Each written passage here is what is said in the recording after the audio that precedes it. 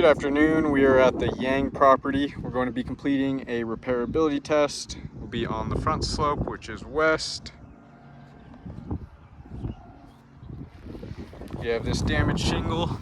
This tab we can see barely hanging on.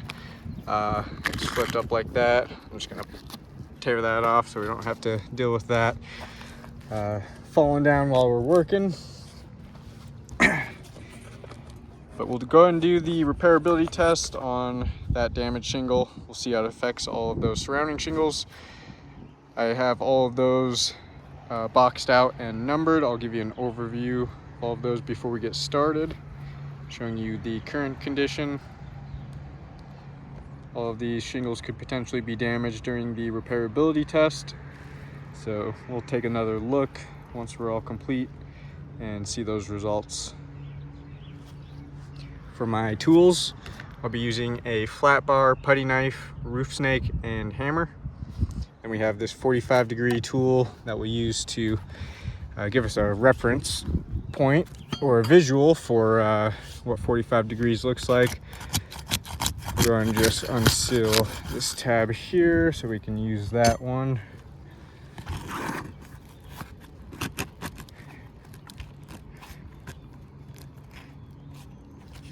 Give you some views of that. And then throughout the repairability test, any of those shingles we have to lift, we'll try to keep them at 45 degrees or below.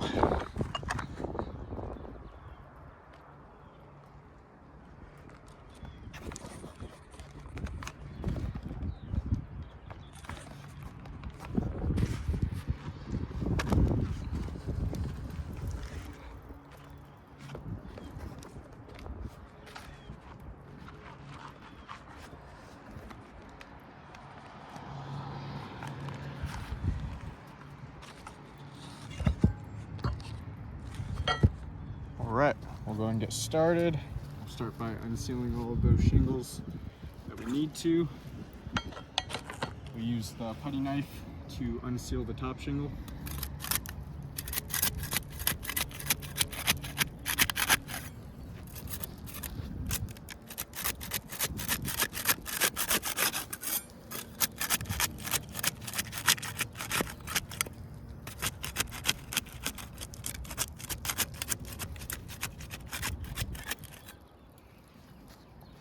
We have a puncture in that tab, so I'm trying to get that one unsealed.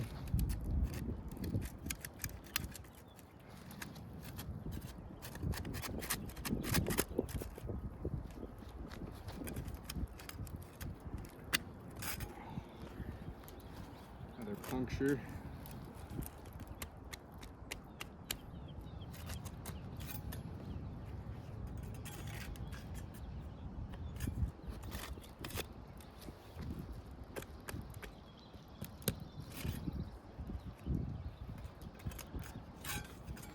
There was some difficulties unsealing those shingles with the putty knife. Get this flat bar out and try to get the rest of this one.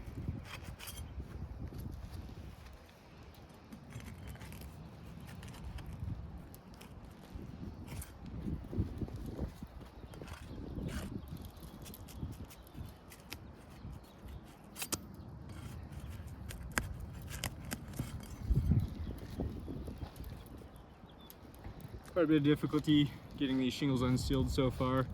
We'll use the flat bar for the rest of those, unsealing those. See if there's any differences with those two tools. Looks like we got very significant mat transfer.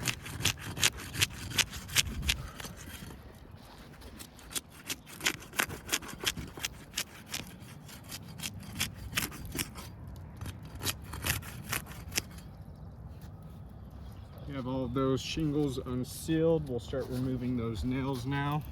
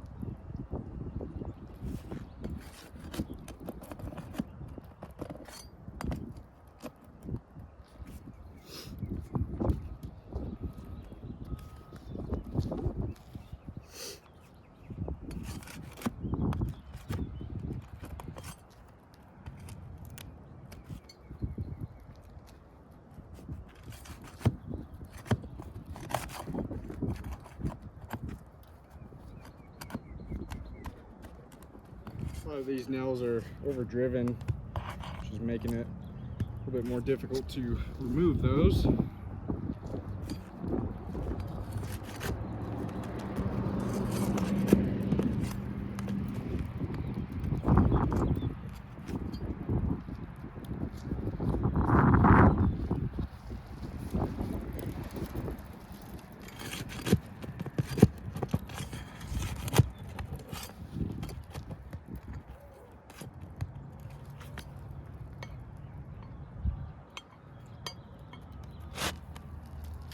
Okay, we got all those nails.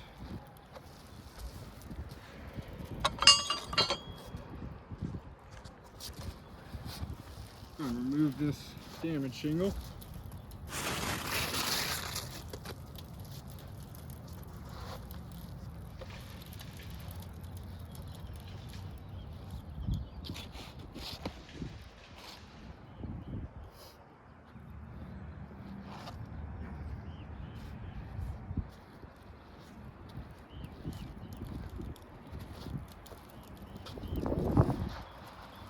Get this new shingle in there. Get it all lined up nicely.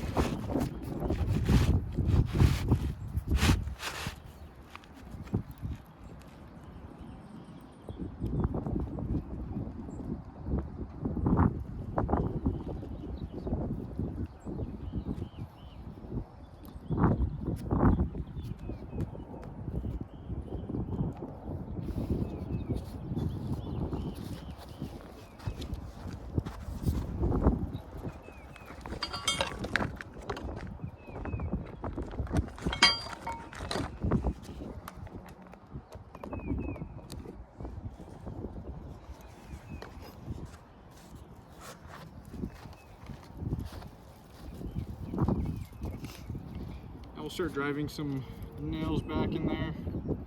We'll be using the roof snake for that.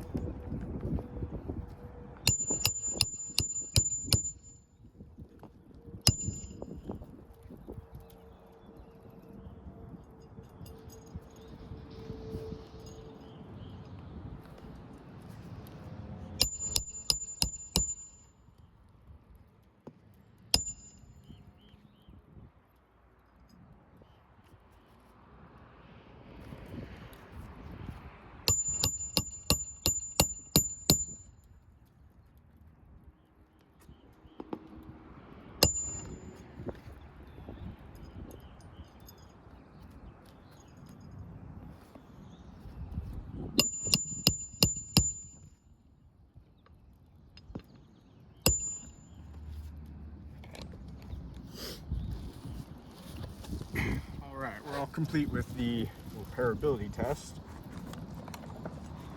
Can take another look at all of those surrounding shingles. See all the any damages that occurred.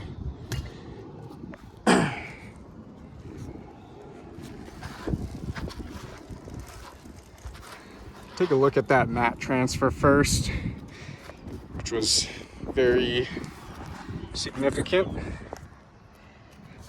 You can see all of that mat transfer along the tar line there. You can see where all the pieces of matting came from the bottom of that tab. You can see where it was torn off, leaving all of that exposed fiberglass.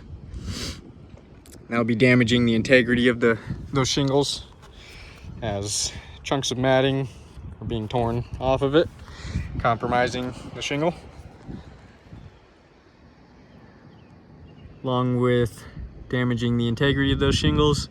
It's going to make it extremely difficult for those any of those shingles to reseal properly, as all of the pieces of matting stuck to that tar line.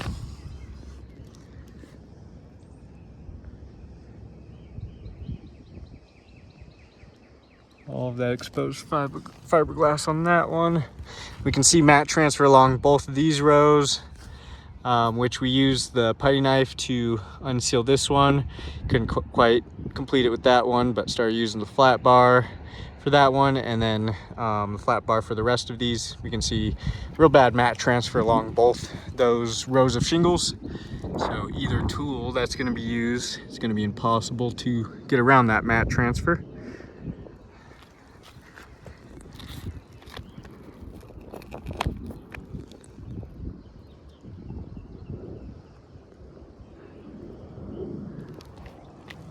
Mat transfer along every single one of these tabs. This one's real bad. This one's the one where we had those punctures, so we can see those damages as well.